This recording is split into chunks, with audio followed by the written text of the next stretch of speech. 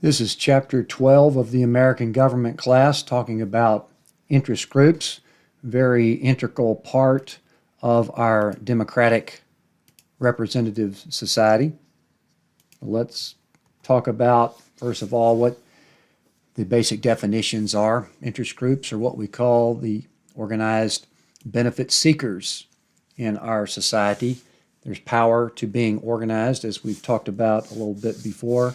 Already introduced you to interest groups in a previous class when we looked at what groups have the most influence on policy making. Interest groups being one of those groups, and you might say that it's the squeaky wheel gets the grease type syndrome, with people organize and mobilize and collect dues and raise funds and use those funds for various activities to influence government.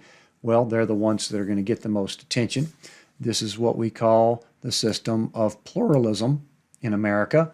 Policy is driven by these competing groups.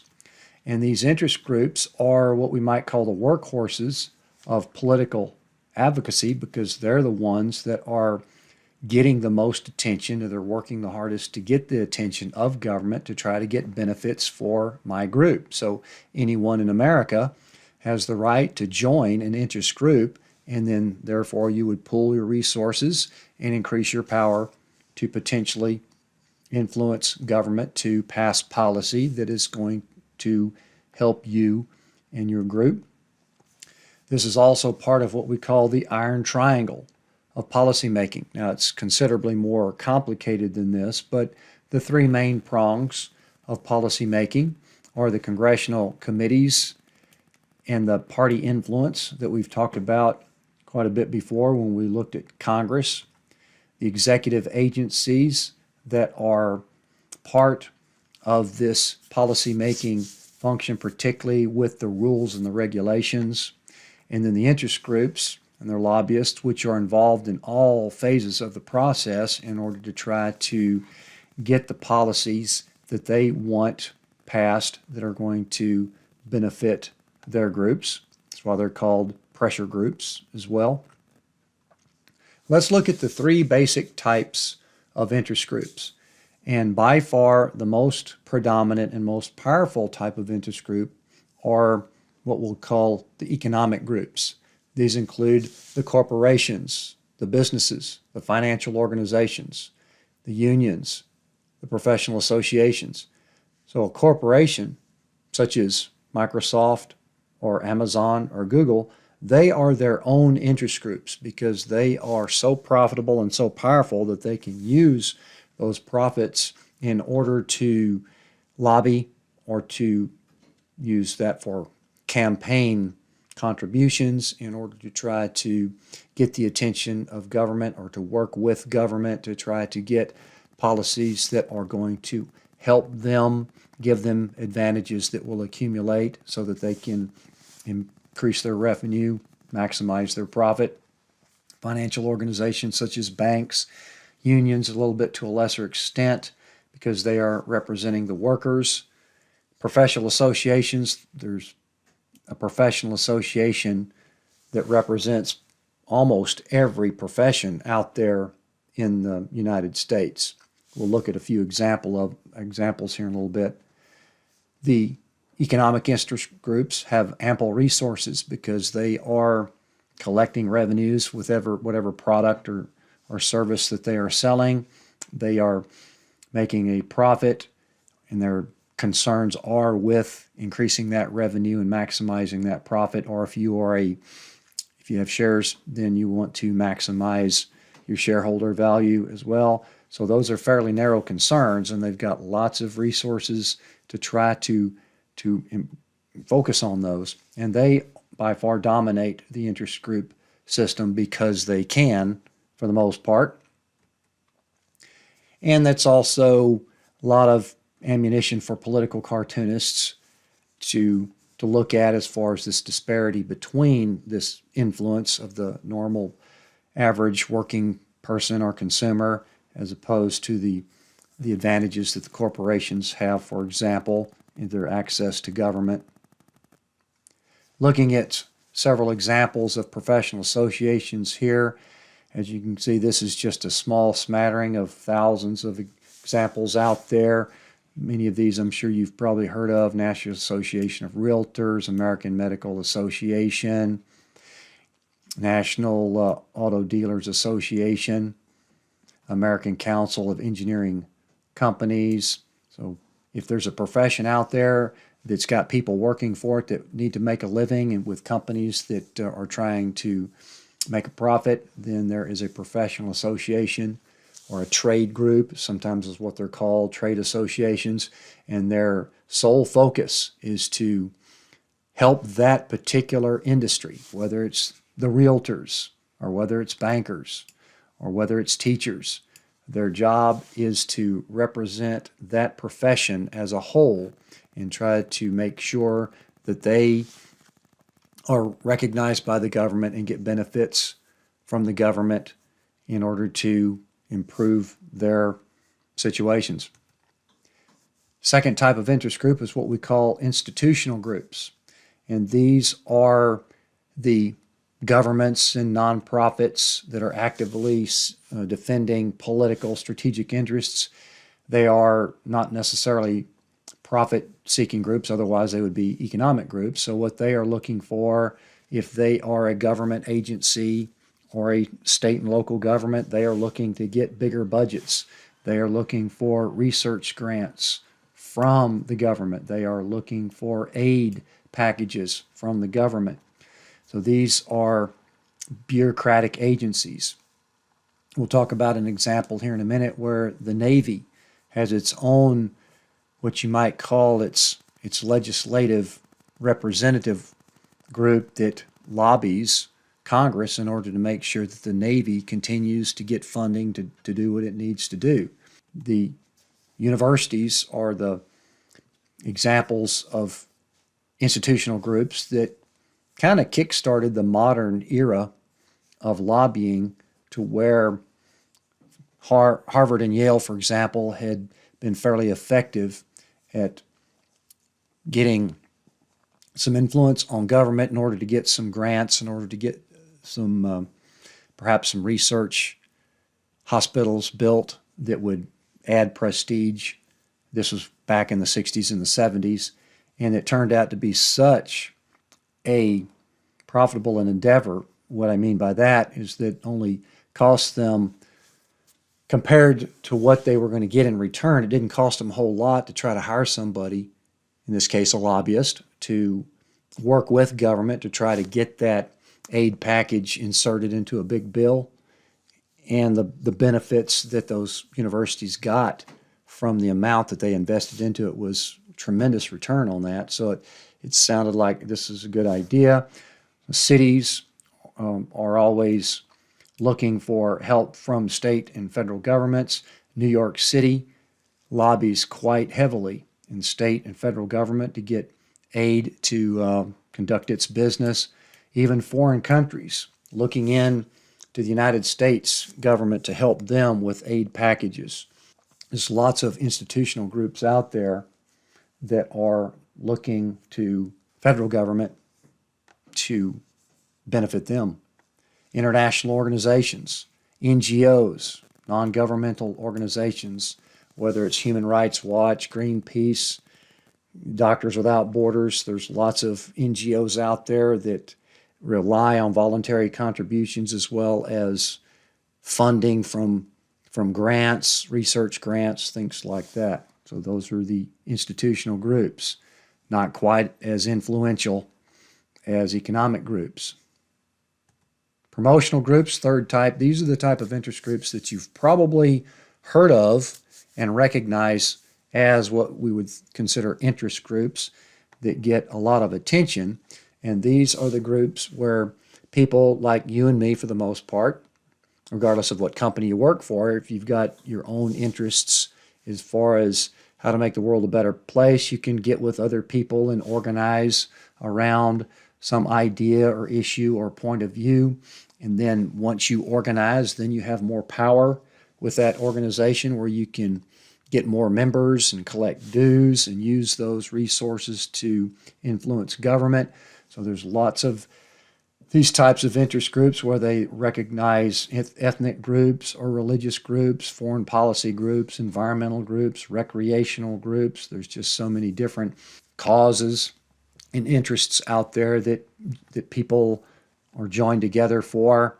These are just a smattering of examples that you've probably heard of. The NRA, National Rifle Association, which is quite influential, particularly with respect to gun rights, gun control. The AARP represents senior citizens, which is one of the biggest and most powerful lobbies, because there's a lot of people in the United States that are over 60. You only have to be over 50, I believe, in order to be a member of AARP. They'll probably take anybody, but they have a massive budget and lots of people that are members of AARP, so they can use that to get government's attention. Sierra Club is an environmental group. NAACP represents minority rights. American Legion and VFW, they represent veterans. Common Cause is a group that looks at trying to keep an eye on corruption in government. Focus on Family is a group that promotes family values. AIPAC is a good example. Represents Israel and the Jewish Americans. It's American Israel Political Action Committee, in order to make sure that America recognizes the rights of the Jewish people in America, as well as recognizing Israel as a very strong ally to the United States. So those are just a few examples of promotional groups. What are the basic concerns with interest groups?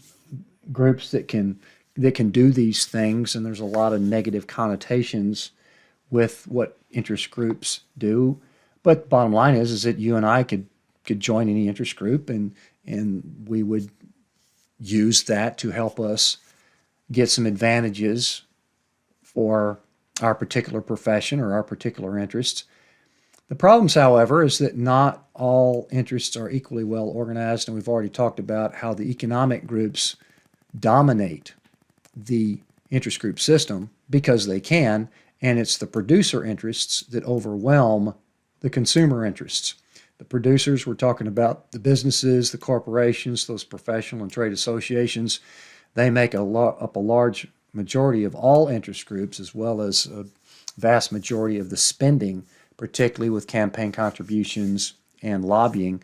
The consumers, on the other hand, such as you or I, that go out and want to buy products, particularly big ticket items such as home or buying cars, well, those groups represent only about 3% of all the total of interest groups out there in the country. So, as you can see, there's not as much incentive for consumers to get together, just as there was not that much of an incentive for middle-class people to come together and form an interest group.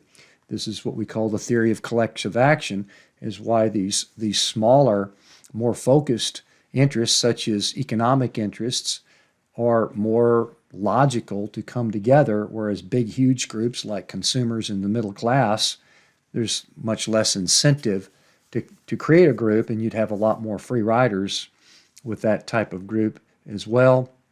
But the reason why it works so well is that the benefits that these corporations are receiving they're paid for by the consumers for the most part.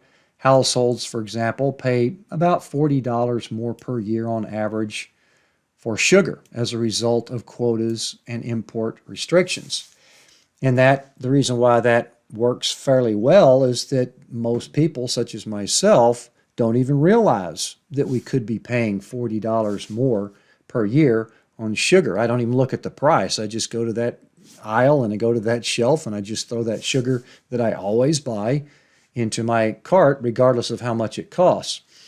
But if the government took away those import restrictions and lowered that price, well, the sugar producers, which is a very small number of them, again, it's an oligopolistic system that's fairly normal in human societies, those relatively small handful of sugar producers would really feel that hit, lose quite a bit, millions and millions of dollars of additional revenue, as a result of that, having to compete with cheaper producers in other countries.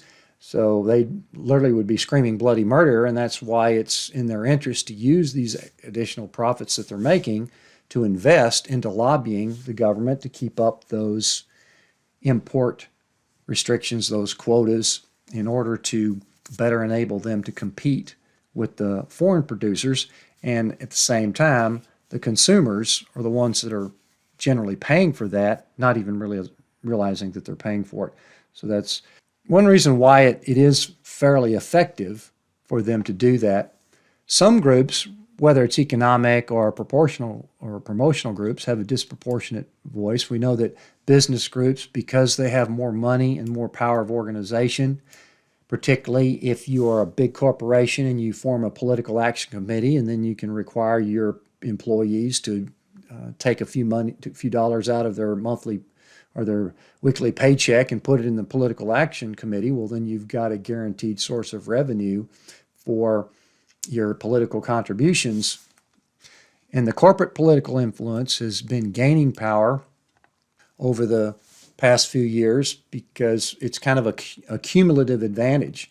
Once government provides benefits or tax breaks or subsidies to corporate influences, then they get those advantages, and because of those advantages, they can make more profits and gain more power, and then they can use that to gain more advantages.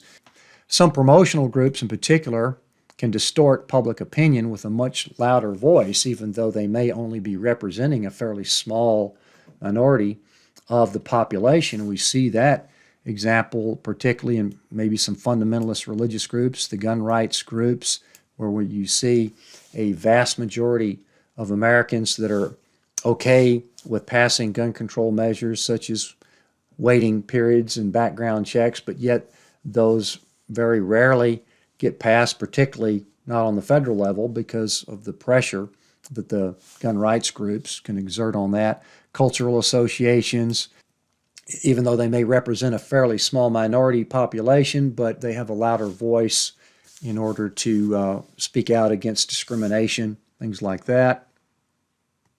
Another concern is the group leaders of these interest groups are not necessarily responsive to the members. In any oligopolistic type system, you've got a handful of insiders that form the core of these groups that dominates the direction and then uses the resources that they get from as many members as they can recruit. And in some cases, if a group can get relatively few wealthy donors to provide most of the funding, another one of these disproportionate advantages is if there are some super wealthy people out there that have a very ideological view, well, they can use that money to fund these pressure groups and promote policy or perhaps even distort policy a little bit to their favor just because they have more power to do that. And these groups, much like any company that you work for, you don't get to elect your bosses. They're typically undemocratic, unelected, so the core group dominates there. One of the things that the bigger interest groups do is provide selective benefits in order to prevent the free riders from enjoying their work. A good example of this would be AARP. For example, if you are a retired person, you don't have to be a member of AARP to get the benefits that AARP might be pushing for, such as maintaining or increasing Medicare benefits or ensuring that Social Security benefits don't get taken away, things like that. So if you are over 65, you are already entitled to that. That's why it's called an entitlement. So you don't have to join AARP or pay them dues in order to get that benefit. So therefore, there could be lots of free riders that are enjoying the benefits of that work that somebody like AARP is doing. So what a group might do is to provide these little sweeteners to try to get people to join, and the dues are relatively cheap, I guess you could say, comparatively speaking. When you join these interest groups, you could get free advice, free information, free training programs, research that, for example, with AARP, they could provide lots of research on new pharmaceuticals and drugs that are coming out, exercise programs, things to increase your longevity. Then there's other benefit plans such as co-insurance plans, pension plans, discounts. There's lots of senior citizen discounts out there that AARP has probably contributed to getting. What are some major tactics that the interest groups do? Large groups can do what is called electoral activity, which is get their groups out to vote or to write their congressman. So you could imagine that if there was a congressman that was looking to cut Social Security benefits, well, AARP could mobilize its members and have them all email that congressman at the same time. It'll literally crash his computer, and that would certainly get his attention. But when you've got large numbers that could potentially vote against you, yes, that would make a difference. Economic activity is something that perhaps consumers and unions could do perhaps more than most. Or if you are a local business, you could threaten to move your business somewhere else, even on the corporate level with increasing globalization of our economy. Multinational corporations can actually threaten the federal government to move or relocate and hire people elsewhere, so the federal government would be tending to then give them benefits so that they would stay and hire people in America. But as far as what consumers and workers could do would be to go on strike so that their company is not doing any productive work, or boycott certain products as a consumer if you disagree with something that they're doing. Another thing that interest groups do are make campaign contributions. We've already talked about this a little bit before, but all politicians, congressmen, have to get reelected. House of Representatives, they get reelected every 2 years. Senators get reelected every 6 years. And they are increasingly in need of more and more finances to run their campaigns and to compete in the elections and make sure that they can get reelected. And people that want to challenge them have to raise money in order to get across a threshold to where they feel like that they can even compete with the incumbent. We've talked about those things. So wealthy donors and corporate entities can spend a lot of money on campaign contributions to help the politicians get reelected. And when they get reelected, then they'll say, okay, well, obviously I remember who contributed to my election campaign. And so it's a subtle indirect influence, because no politician is just going to come out and say, well, yes, this company gave me a bunch of money, so I'm going to pass a bill that gives them benefits. Well, no, it doesn't work that way. The congressmen are very appreciative of getting money from anybody. And when they want to get reelected, they know that they want to rely on that for their next elections. So that is in the back of their mind. So this is a relatively cheap influence that corporations and wealthy donors can make and get a return on their investment in influencing government policy. Public information campaigns, to where interest groups can put out advertisements and do commercials, have rallies, all kinds of things that an interest group can do to get out information that the local government or even federal government is going to have to pay attention to. Litigation, there are groups such as the NAACP that uses litigation and the ACLU that goes through the courts and uses the courts to try to influence government through case law and anti-discrimination type cases, things such as that. Now, the biggest and most effective tactic that particularly the economic interest groups can use, all groups use it, but we'll talk about how it is more effective potentially for economic groups, and that's lobbying, which you've probably heard all your life, but a lot of people are not quite sure, what does lobbying mean? Is it, and then a lot of perceptions about how is this kind of like legalized bribery, things like that. Well, no, not really, but we do have to keep an eye on it, and it could cross the line into bribery. There have been some politicians who have been charged with getting undue influence from lobbyists. But the bottom line is a very common and very effective tactic that interest groups use in order to work with the congressman to get policy passed that's going to help them out. So a lobbyist is a person who is either hired or contracted by the interest group to represent them in Washington. Let's just say we're talking about federal government. And this is another kind of a distasteful aspect of it, is that many of these lobbyists are former congressmen because they've been there, they've done that, they know where the bodies are buried, so to speak, former government officials, so they know how the system works and have connections and access in order to come back a couple of years after they're out of office and say, hey, let's go to lunch. I represent the American Medical Association. Let's talk about this new bill that's coming up. Very logical, rational behavior that any interest group would be looking to try to get this type of experience and influence to work for them. Lobbying is more than just flashing money. You're not going to typically change a legislator's mind. You're going to be working with legislators that already are sympathetic to what you need.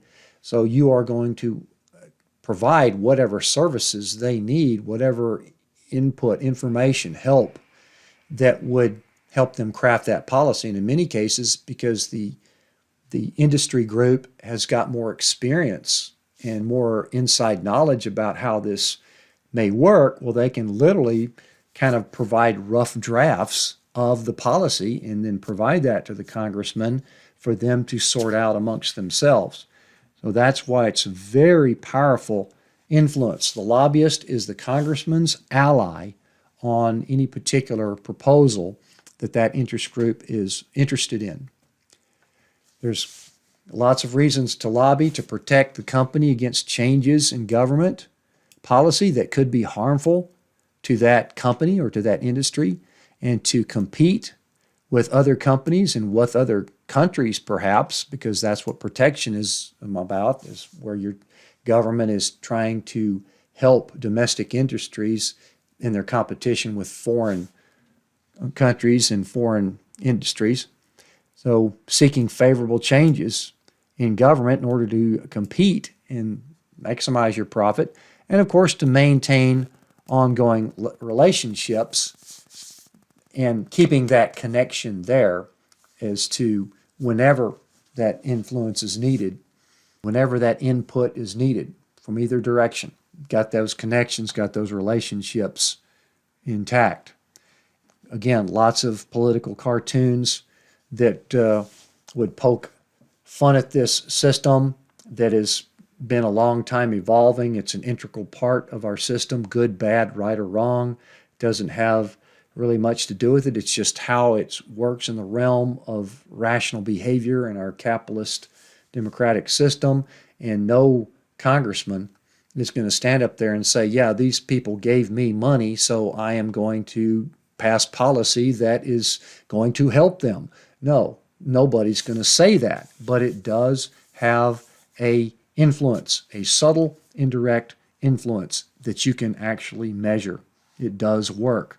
Looking at the top spenders on lobbying in the 2016 presidential election cycle, these are the top 20. The U.S. Chamber of Commerce is always at the top of the list on spending for lobbying. They represent the small businesses of America. There's hardly a little town in America that doesn't have a little Chamber of Commerce office somewhere in that little town. So they are always out there looking out for the small business interests. And some of these we've already seen on the previous list earlier. We've got realtors, medical associations, right there near the top, airline, broadcasters, cable groups, the telecommunications groups, Alphabet, that's the parent company of Google, and Amazon cracked the top 20 there in the 2016 election cycle. And what is common with all 20 of these top spenders on lobbying, every single one of them is an economic group. Looking at the top spenders in the midterm election cycle, 2018, we see some of the same faces here where Facebook actually cracked into the top right there. And out of this group, every single one of these is an economic group except for this one right here, which is an institutional group, nonprofit group that picked up its activity quite a bit after the election of Donald Trump. They are looking at human rights, pro-democracy type issues, things like that. Lobbyist provides several things for the congressman. Technical expertise. They can provide analyses, studies, advice. The lobbyist has deep pockets, comparatively speaking. A lobbyist may have more in his own personal expense account than the congressman has for his entire staff. So that can be used to the congressman's advantage and say, yes, I can use all the help I can get, so provide me with this, provide me with that, and then I'll take it upon advisement as far as how we use that to craft legislation. And the lobbyist, as I said, can even provide drafts of legislation that congressmen can then take and revise as they see fit. The lobbyists are the ones that are more of the specialists on these policy areas, because for most policies that comes up in Congress, very few of in some cases, if any, of those congressmen are actually specialists on that particular policy that they are making law on. So they might actually have to rely on lobbyists to provide them more specialized information on how to figure this out, understand how this works. Bottom line, congressmen lack the time and the expertise to do what lobbyists can do for them. And even though they may not acknowledge that help in any way, they are certainly appreciative of it, and it has, of course, that subtle indirect influence on getting those benefits to the interest groups. Here's an example, somewhat of a unique type of situation here, where in January of 1992, President George H.W. Bush proposed to kill the Seawolf submarine program. This was 2 anti-Soviet subs, $2 billion each, so that was $4 billion that there was a general consensus because the Cold War was technically over. The Soviet Union had actually collapsed the year before, so there was no need for an anti-Soviet submarine. And that money could be rerouted to other military needs, but the thing is that it had already been approved, so therefore policy had to be enacted to reroute those funds. In this case, there was a pretty strong consensus.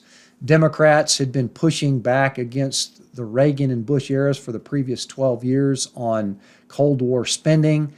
Government spending had peaked during the Reagan administration. Democrats were always pushing back against that.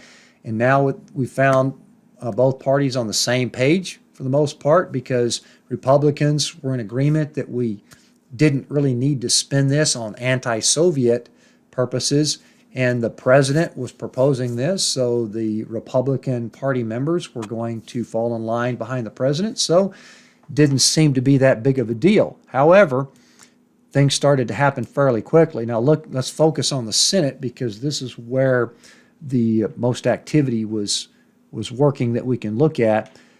Senate was comprised of 55 Democrats, 45 Republicans. This was fairly irrelevant because of the consensus on this issue to reroute that funding to some other military need. So this was considered a no-brainer when this was proposed in January of 1992. However, who is it that's going to be very, very worried when they hear that announcement?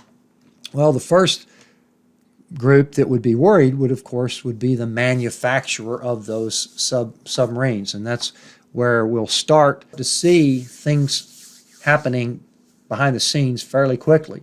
First of all, the interest group, General Dynamics, was very worried because that was a big chunk of revenue that they did not want to lose. So what we have here is we're going to be looking at the three prongs of this iron triangle and show how all three of them, almost working separately, lobbying either internally or externally in order to get a policy turned the way they want it to be turned. So the owner of General Dynamics was actually good friends. Talk about connections, relationships. He was good friends with the chairman of the Defense Appropriations Subcommittee.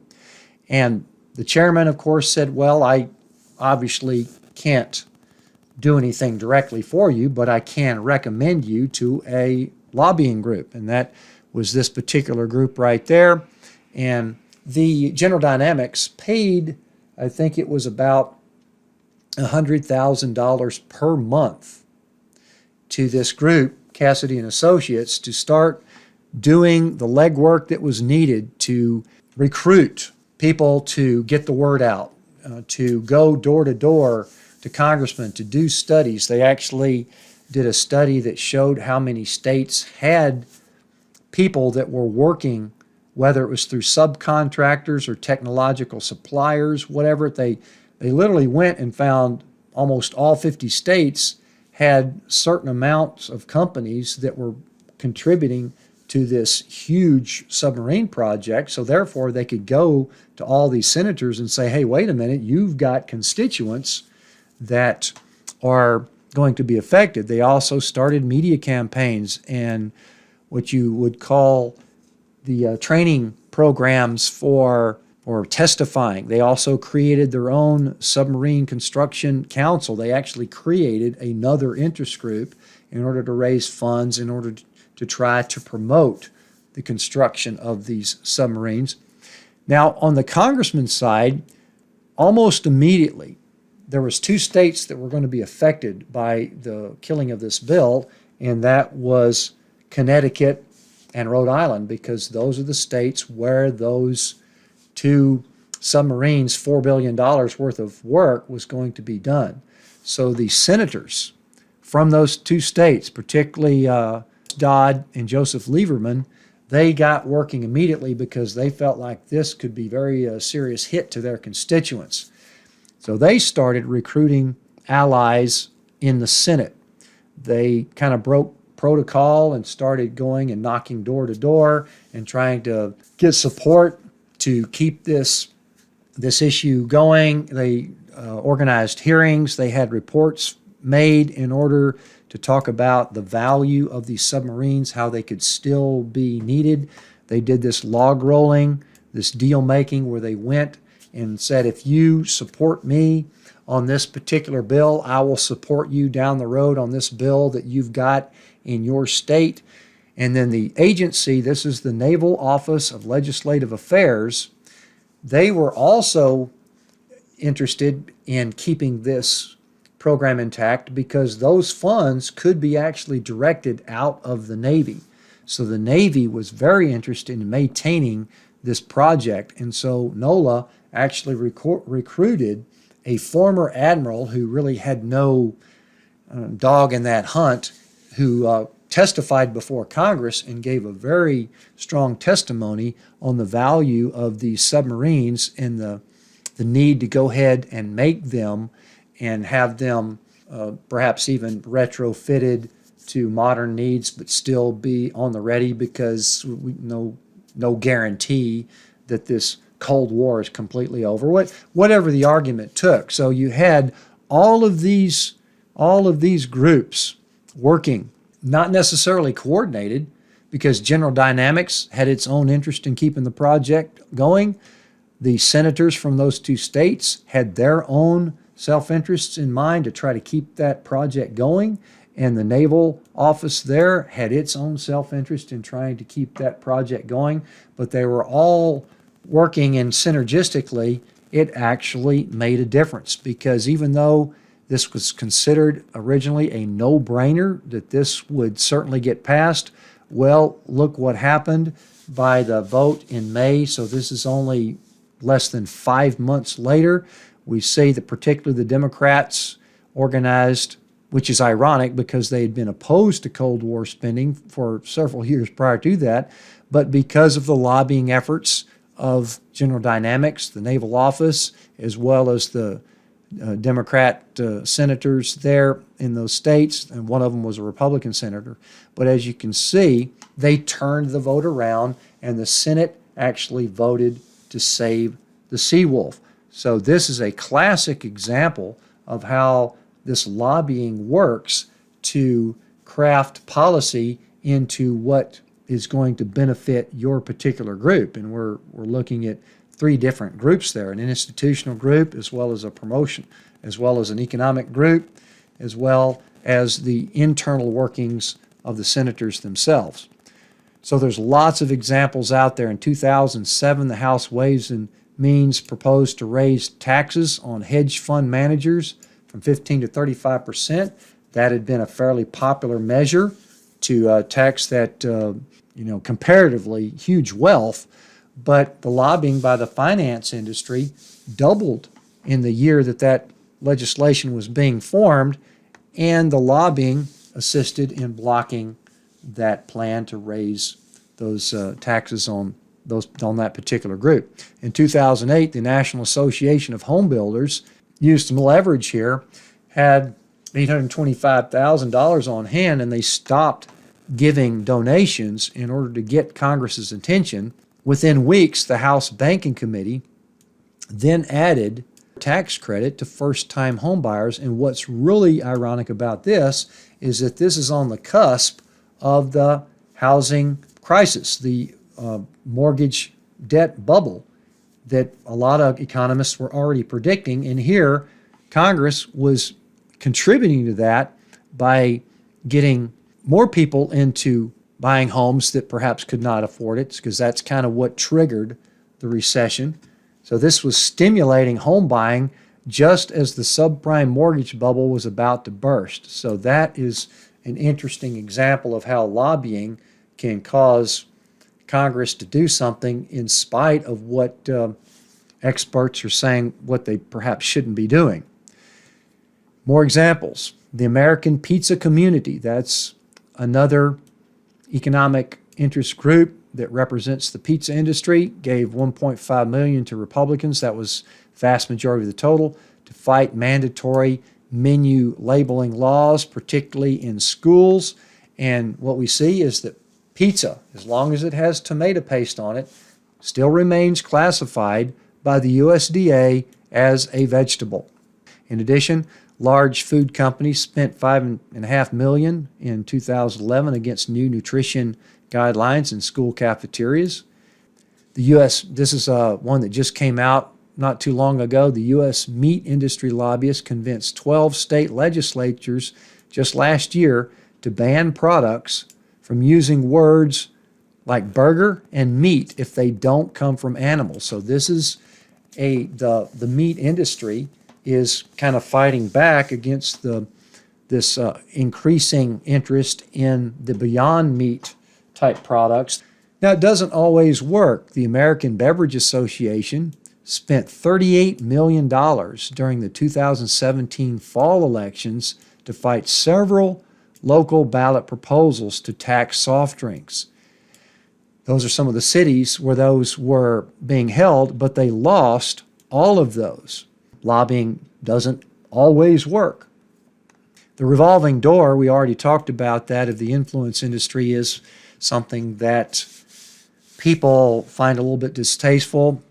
For example, between 1998 and 2004, 50% of senators and 42% of representatives who had left then became lobbyists. So it's a very attractive job opportunity for former government officials.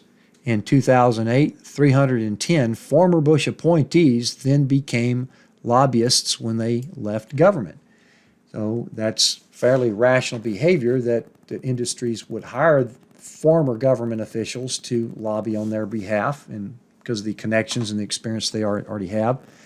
In addition, last year, 64 former congressmen, and this is split almost right down the middle, sat on corporate boards earning an average of $357,000 a year. And if you're familiar with corporate boards, well, they do not meet on a fairly regular basis. They may meet at most once a month, sometimes even less than that. So that's not a bad gig to get after leaving government.